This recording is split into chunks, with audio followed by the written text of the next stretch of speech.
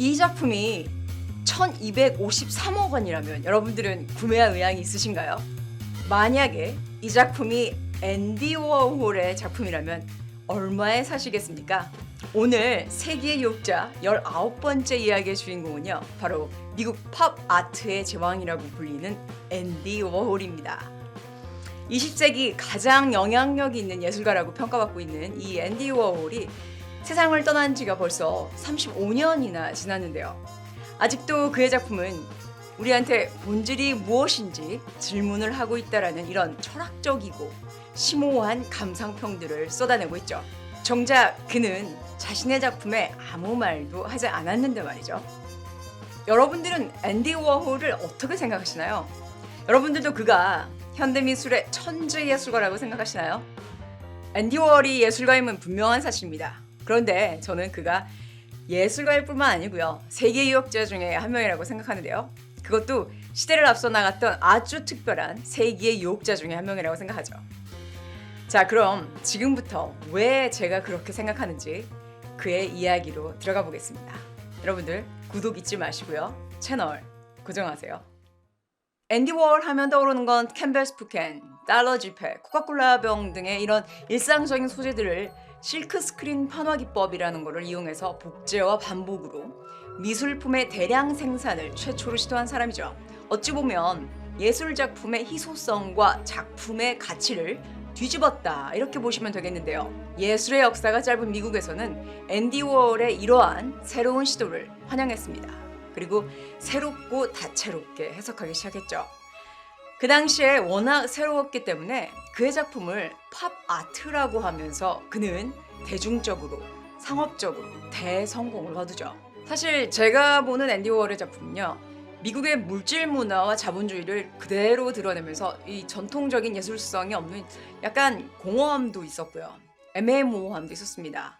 이건 물론 저의 개인적인 생각입니다만, 예술 작품이라는 건 사실 작품을 바라보는 사람의 관점, 경험, 지식에 따라서 모두 다 다른 의견이 있으니까요. 그 후에는 매우 실험적인 영화도 만들었고요, 정말 많은 예술인들과 어울리면서 유명인사가 되죠. 18시간짜리 영화도 있었고요. 그러면서 그의 작품값은 점점 치솟기 시작합니다. 그의 생전에 가장 높은 가격을 기록한 작품은 1963년 제작된 8명의 엘비스라는 작품인데요.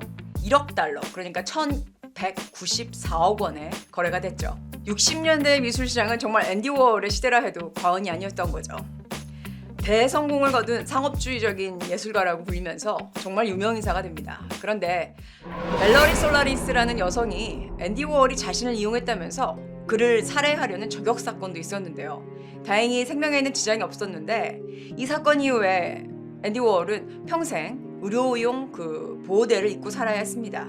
7, 80년대에는 실험적인 영화를 제작하고요, 마오쩌둥의 초상화를 제작하기도 했고요, 전 세계 개인전을 갖기도 합니다. 레닌의 초상화를 마지막으로 그가 58살이 되던 1987년 앤디 워홀은 심장발작으로 사망하게 되죠.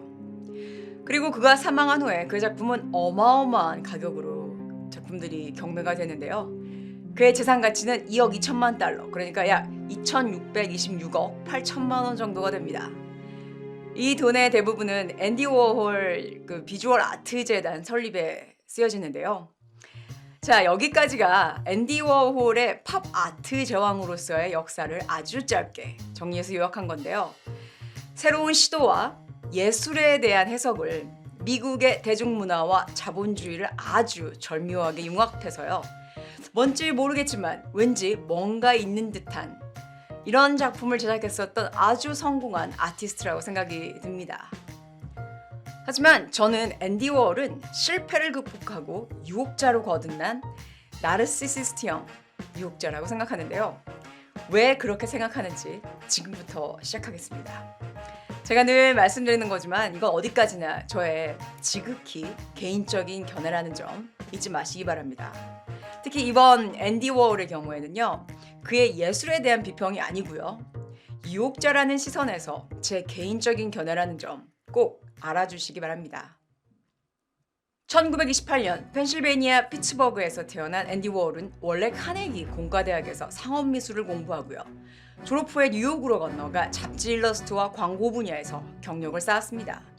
앤디 워홀은 당시 성공한 작가 트루먼 커포티를 거의 스토커 수준으로 따라다니면서 그한테 자기의 그림을 그의 책에 서파로 사용해달라고 부탁을 하죠. 1952년 당시 트루먼은 24살의 앤디 워홀한테 아무짝에도 쓸모없는 실패자라고 하면서 다시는 찾아오지 말라고 하죠. 사실 먼 훗날에는 둘이 친구가 되긴 하죠. 자, 하지만 이후에 앤디 워홀은 머리를 화이트 금발로 염색하고요. 29살에는 코를 성형하죠. 외적인 이미지 변신뿐만이 아니었습니다. 그의 예전 작품들은 상업성이 강한 그런 광고용 일러스트였다면 10년이 지나 맨하튼의 스테이블 갤러리에서 전시회를 하게 되는데 그의 작품은 실크 스크린 기법을 사용한 일상의 소재들, 코카콜라병, 캠벨스프 캔, 그리고 골드 마릴린 먼로 그림들이 전시가 되어 있었습니다. 그리고 이미지가 확 변신한 앤디 워홀은 구석 한켠에서 조용히 서 있었죠. 저는 여기서부터가 앤디 워홀의 유혹의 시작이었다고 생각하는데요. 1960년대 최초로 시도된 이 실크 스크린 기법으로 코카콜라 병과 캠벨스프 캔 그림, 마릴린 먼로의 사진들이라. 자, 예술계에 너무나 새로운 시도의 기법과 소재인데다가 작가는 자신의 작품에 대한 어떠한 화려한 미사여구나 자신의 그림을 팔기 위한 어떠한 마케팅성 그 발언이 없었죠. 그저 자신의 그림을 무심코 바라보고 있었던 그런 앤디 워홀이 있었습니다. 자, 일반적인 화가들은 이런 자신의 전시회를 할 때 정신없이 자신의 작품을 설명하느라고 바쁘죠. 그런데 앤디 워홀은 오히려 조용히 그들이 알아서 오기를 기다렸죠. 그것도 확 달라진 이미지로 변신해서 말이죠. 자, 그래서 비평가들은 호기심과 의구심으로 작품에 대해서 물어봅니다. 대체 이 작품의 의도가 무엇이고 무엇을 말하려고 했던 것인지 말이죠. 그런데 앤디 워홀의 대답은 그저 좋아해서 그렸어요. 워낙 스프를 좋아해서 말이죠. 이 두 마디만 하고 사라지죠. 이후에 비평가들은 자신들의 그 상상의 나래를 펼쳐서 온갖 세련된 단어들로 그의 작품을 해석하기 시작합니다. 자, 예를 들어서 아무것도 결정하지 않겠다는 결정. 이것은 일종의 역설로서 아무것도 표현하지 않음으로써 뭔가 새로운 차원을 열어보이려는 작가의 의도를 나타낸다. 자, 여러분들 어떠세요? 그럴듯하죠? 이러한 그의 나르시시스트적 이미지 메이킹은 그의 작품 컨셉과 완벽한 조화를 이루면서 대성공을 이룹니다. 이후에 1963년에는 큰 창고를 빌려가지고요, 아주 멋있게 개조를 하죠. 그래서 팩토리라는 이름을 붙이고 배우와 가수, 아주 잘 나가는 그런 유명인들을 부르기 시작하죠. 그리고 뉴욕에서 가장 핫했던 나이트클럽 스튜디오 54의 주 고객이기도 했습니다. 하지만 앤디 워홀은 어느 누구하고도 오랜 대화를 하거나 오래 머물지 않았다고 합니다. 그가 늘 하던 말은요, 말할 것이 없는 것일수록 더욱 완전한 것이다, 이렇게 했다고 하는데요. 그래서였는지 짧게 이야기하고 여지를 항상 남겨두고 떠나는 그러한 요괴 기술을 사용하면서 그의 신비주의 덕분에 그의 작품 명성은 더욱 올라가게 됩니다. 어느 대학의 강의 요청을 받기도 하는데요. 엘렌 미지트라는 배우를 고용을 해서 그를 대역으로 분장시켜서 보내는데요.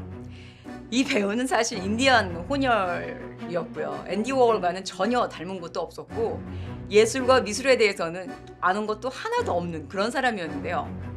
화장을 하게 하고 염색을 하고 검은 선글라스를 착용하고 앤디 워홀의 옷을 입고 강의실에 들어갑니다. 학생들은 그의 작품에 대해서 질문을 하기 시작하죠. 그런데 수수께끼와 같은 아주 짧은 답변을 하죠. 하지만 앤디 워홀을 우상시하는 학생들한테는 오히려 그런 답변이 더 멋지게 들리게 되죠.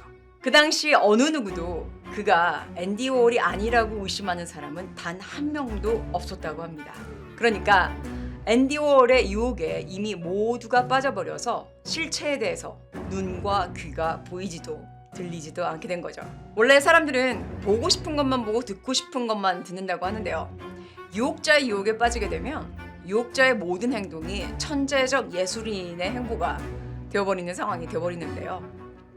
자, 이 앤디 워홀의 유혹자 타입은 나르시시스트형 유혹자라고 생각하는데, 특히 자신의 그 예전 실패에서 배워서 깨달음을 얻은 그런 케이스라고 볼 수 있습니다. 피츠버그에서 뉴욕으로 이주한 계기는 사실 앤디 워홀이 동성애자였기 때문이었는데요. 당시 피츠버그에서는 동성애자임을 밝힐 수가 없었습니다. 1940년대까지 피츠버그는 동성애자를 체포했다고 하니 자신의 그 아이덴티티를 감추고 살 수밖에 없었던 앤디 워홀은 정말 많은 것들을 누르고 살았겠죠. 모든 게 자유로울 것으로 생각했었던 그 뉴욕으로 이주를 한 후에 자기 자신을 열심히 드러내면서 작품을 선보이는데, 아무도 알아주지 않자 전략을 바꾸게 된 거라고 생각을 합니다. 외향적 이미지와 행동, 심지어 작품의 세계까지 말이죠. 이 나르시시스트라고 생각하게 된 이유는요, 앤디 워홀은 1960년대 당시에도 자기 자신의 사진을 엄청나게 많이 찍어서 다큐로 만들고요. 심지어는 자신의 일상 대화들을 녹음을 했죠. 그리고 자기가 만든 이 팩토리에 유명인들을 초청하고 그들을 통해서 자신의 유명세를 쌓아갔습니다. 그러니까 이 모든 것들이 자기 자신에 대한 애착에서 비롯된 것들이었죠. 그리고 사람들과는 거리를 두면서 신비주의를 고수했습니다. 제가 앤디 워홀을 분석하면서 느낀 거는요, 뭔가 새로운 것을 시도할 때 일반인이 시도한다면 잠깐 그 파동이 아주 일시적으로 일다가 그러다가 사그라들죠.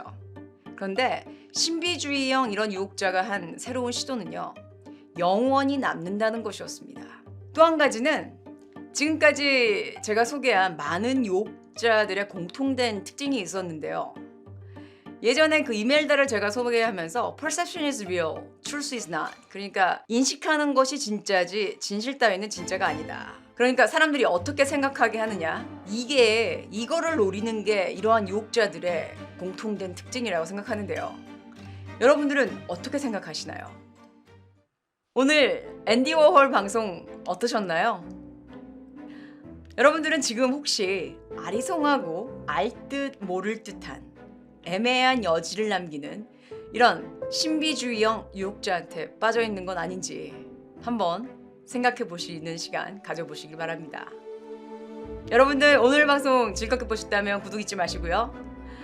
여러분들이 남기시는 응원의 댓글 정말 감사드리고요.